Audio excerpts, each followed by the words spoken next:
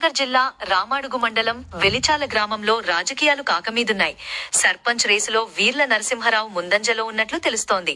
గ్రామాభివృద్ధి, ప్రాథమిక సదుపాయాల కల్పనపై ఆయన ప్రణాళికలను ప్రజల ముందుంచుతున్నారు. ఈయన ప్రచారంపై గ్రామంలో ఎక్కువ చర్చ జరుగుతోంది.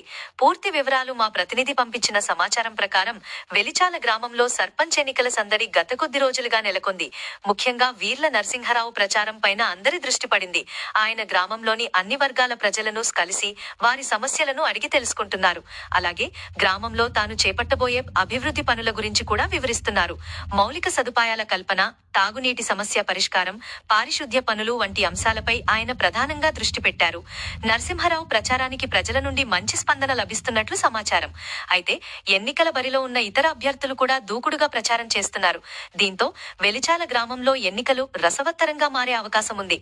ఈ ఎన్నికల ఫలితాలు ఎలా ఉంటాయో చూడాలంటే మరికొన్ని రోజులు